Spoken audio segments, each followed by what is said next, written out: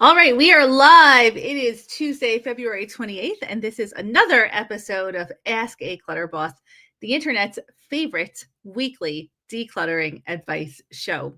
If you are here live, please say hello in the comments. If you're joining on replay, give us a hashtag replay. And if you struggle with memorabilia, this is the episode for you. We are talking all things memorabilia right now. And maybe bookmark this one, save this one, come back to this one if you're not doing memorabilia right now, because it's going to be a pretty powerful Ask a Clutter Boss episode. Hello, Denise, and hello, Sandy. Good morning. Good morning. Hi, Susan. All right, without further ado, I'm going to dive right into the topic of memorabilia. We always get questions about memorabilia, and these are my most powerful thoughts about tackling memorabilia while you're decluttering. So first off, good morning, Karen.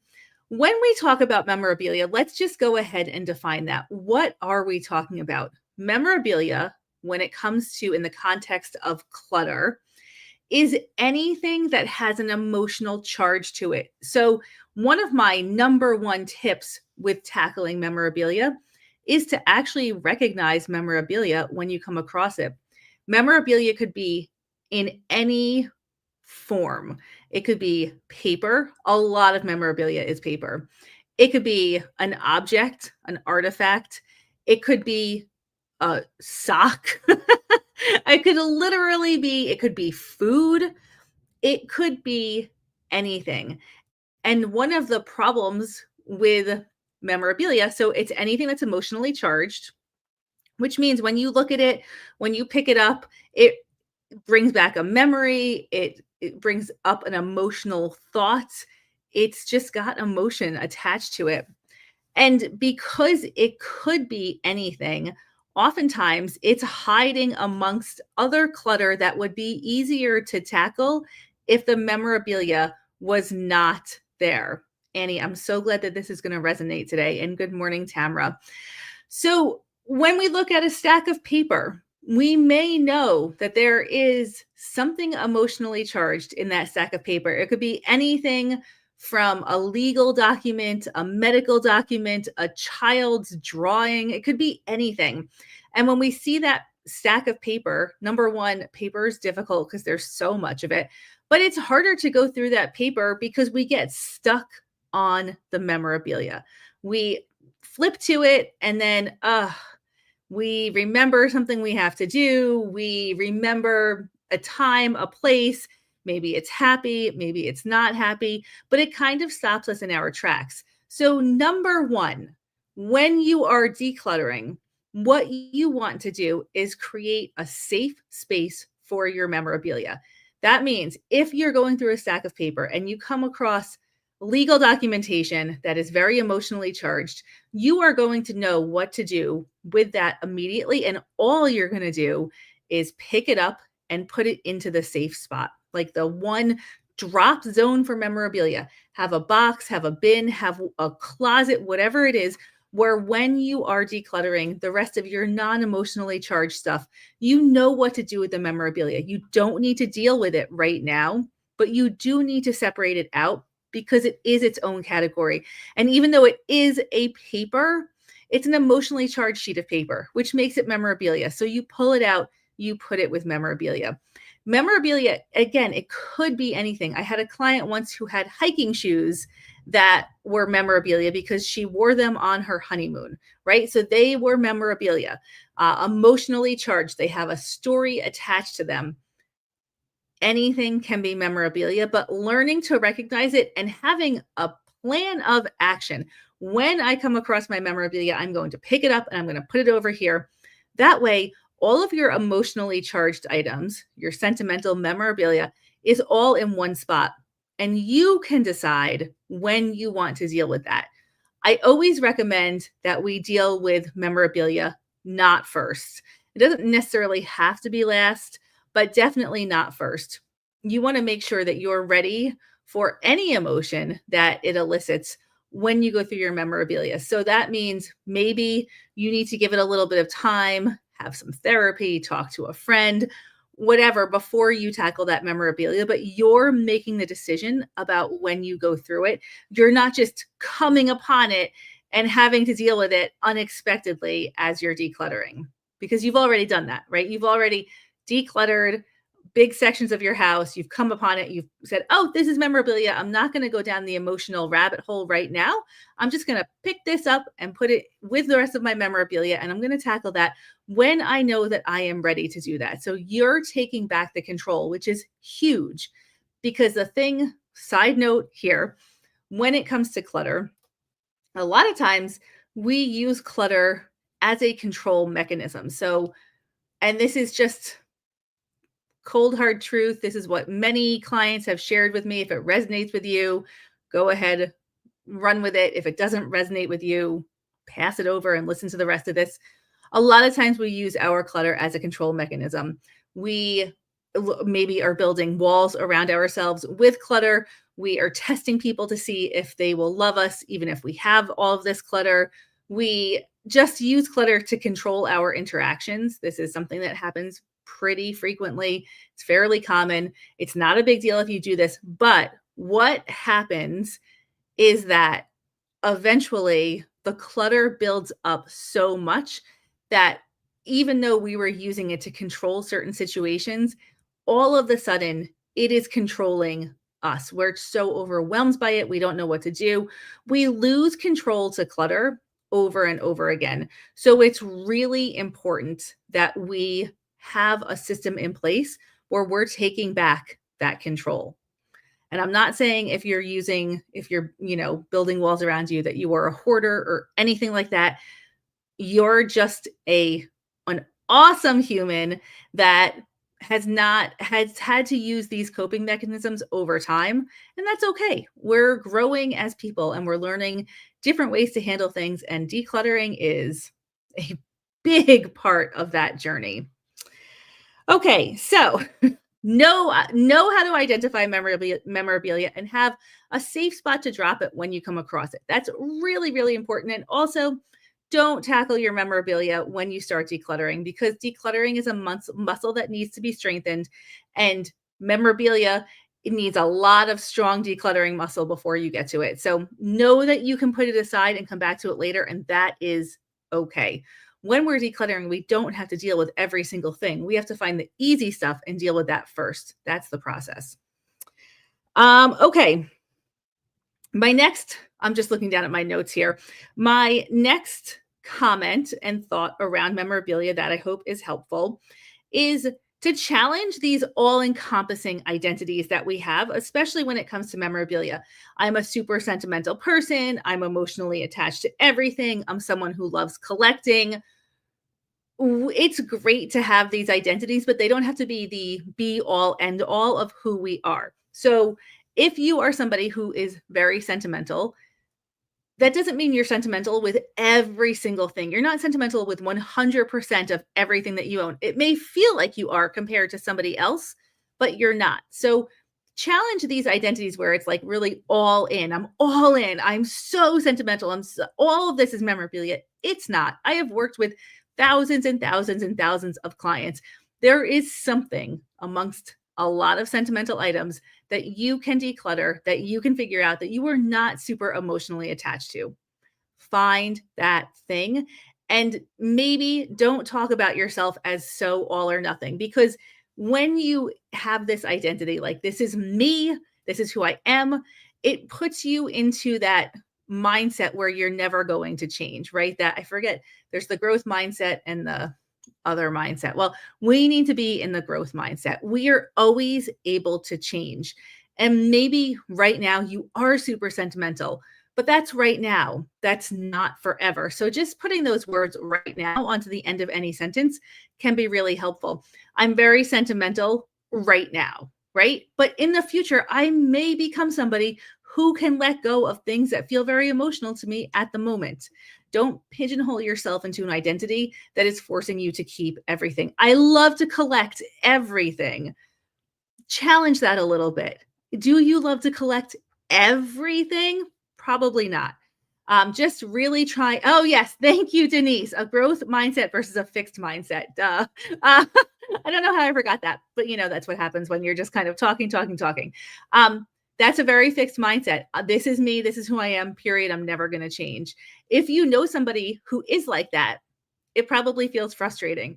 So make sure that you are not that person who is so set in who you are that you're not open to changing, because when you're decluttering, there's a lot of change that comes with it, and it's a beautiful growth, and it is so incredible to see.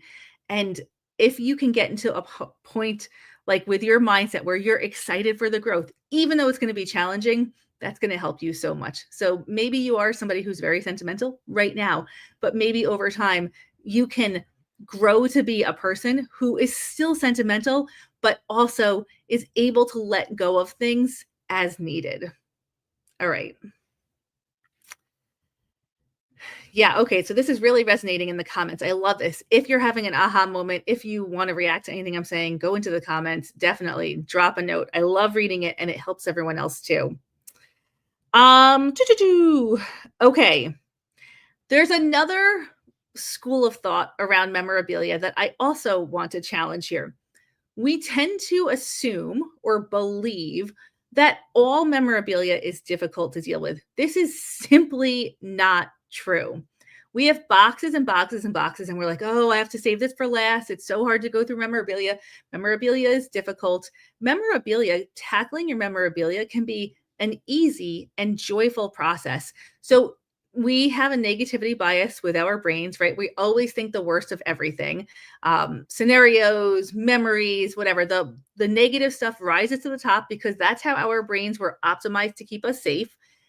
In this case, it actually is true that a lot of memorabilia is easy to process, and a lot of it is joyful or can be joyful. But we put off the biggest problem that I see with my clients is a tendency to put off getting started on boxes that you think probably have memorabilia in them because you're assuming it's going to be difficult. The best thing that you can do is open that box, see what is in there. Maybe it's going to be difficult.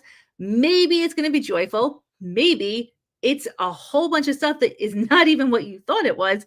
And you can just go through it really quickly and get through with the box. You don't know how the process is going to go until you open that box. So do not hesitate to start tackling memorabilia because you're worried about how hard it's going to be. Open the box, see how difficult it is, and then decide this is too hard for right now, or actually this isn't that bad. I think I can do this. You're driving this bus. You're Is that the expression?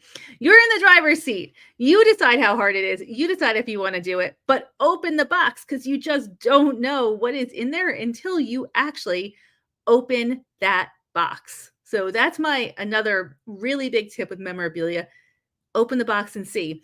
Another thing is that a lot of times when we have grief and memorabilia attached to grief, we need time to process the grief before we can go through the stuff. And over time, your ability to handle the things is going to change. So if you have some memorabilia that is attached to grief, remember that this time that you open the box is going to be different from last time because time has passed, and time is the number one piece of the equation when it comes to grief and stuff. The more time that passes, it's not that it gets easier, but the emotions change. And so just, you know, get into the habit of opening up those boxes once every 9 months, once every 12 months, whatever it is. Put it on your calendar and just be curious. How is it going to be today? Because time has passed and things change with time. Not that grief ever goes away, but it mutates. And that can be just something to be curious about with your memorabilia.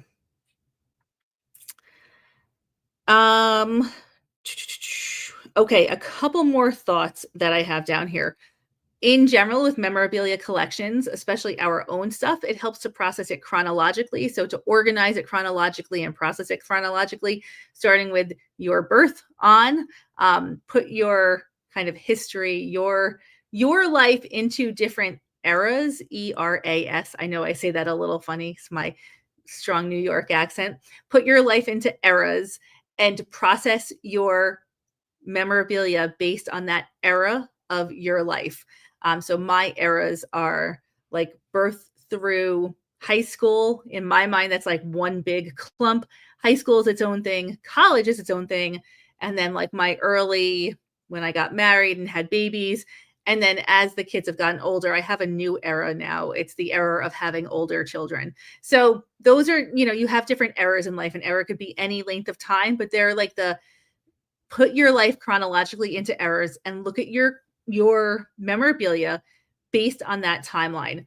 Otherwise, it can be helpful to go by person. So if you have other people's sentimental memorabilia type things, put them together by person, categorize by person, and tackle it that way.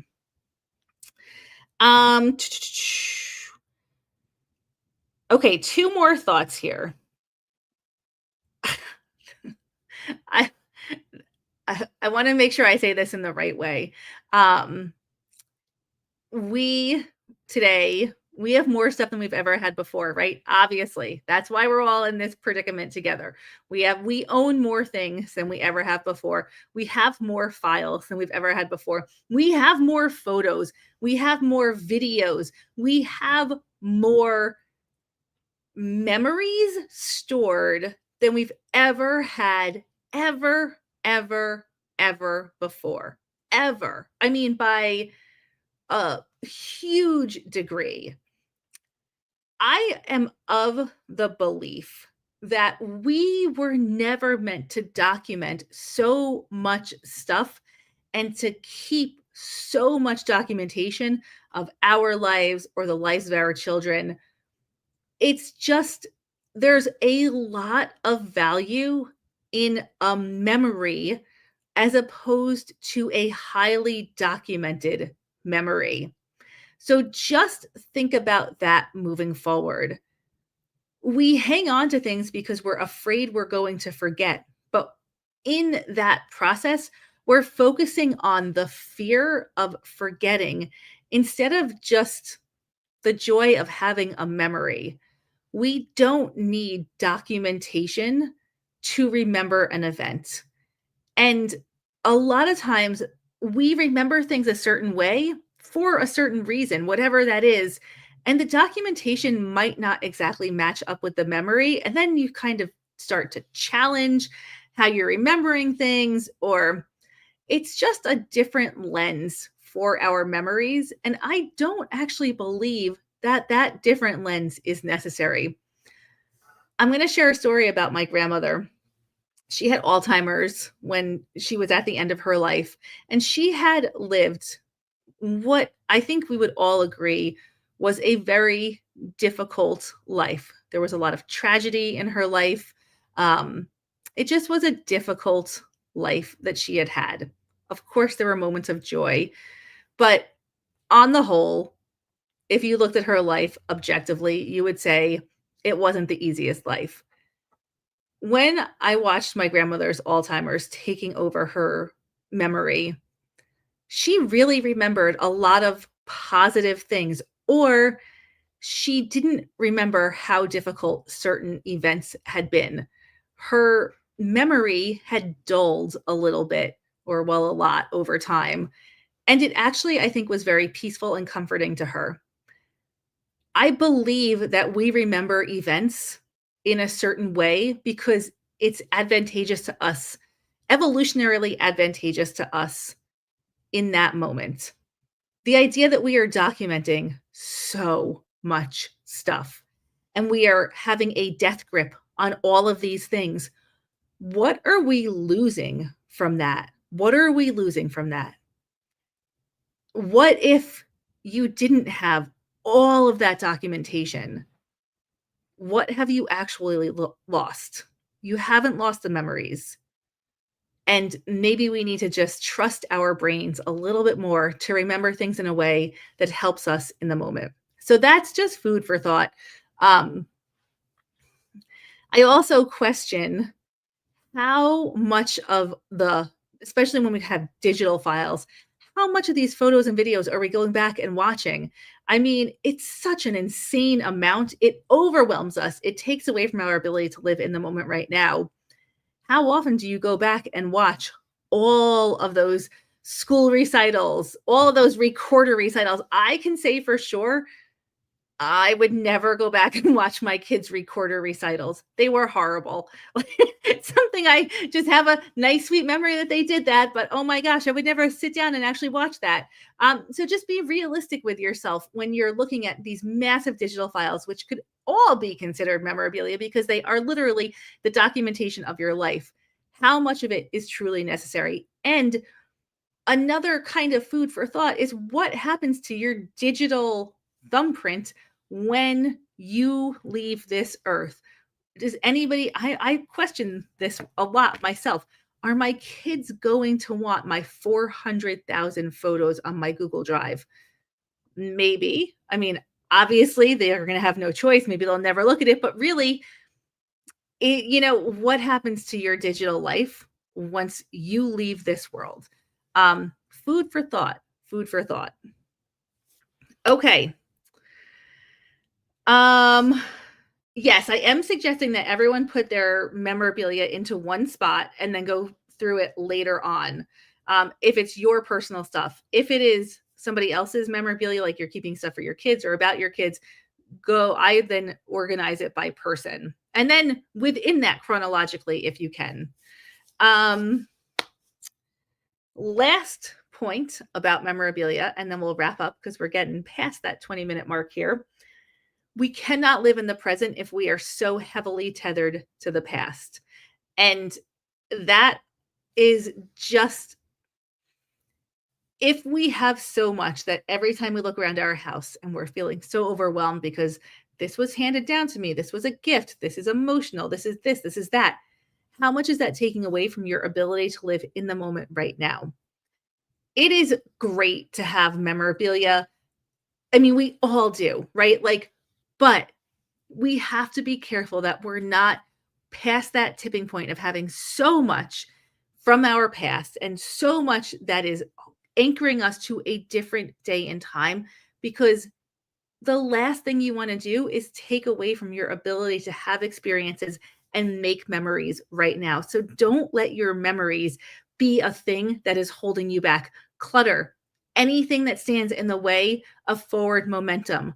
Don't let your memorabilia become so big that it is just clutter. It is just holding you back from living right now. Give yourself the space to make experiences and fully live your life in the moment. Don't let the memorabilia become a huge piece of clutter. All right. You guys are fantastic. Remember, our Clutter Boss motto this year is take action. Go take action. Go take action. That's what we're doing. It is our word of the year at Clutter Boss. Action, action, action. Go take action. I'm glad that this discussion helped and resonated.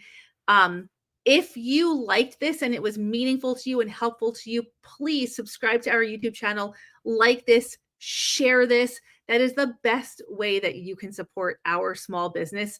It means so much to us and it keeps this content coming and keeps it free. So thank you, thank you, thank you. Sending you guys love and strength. You got this. See you soon.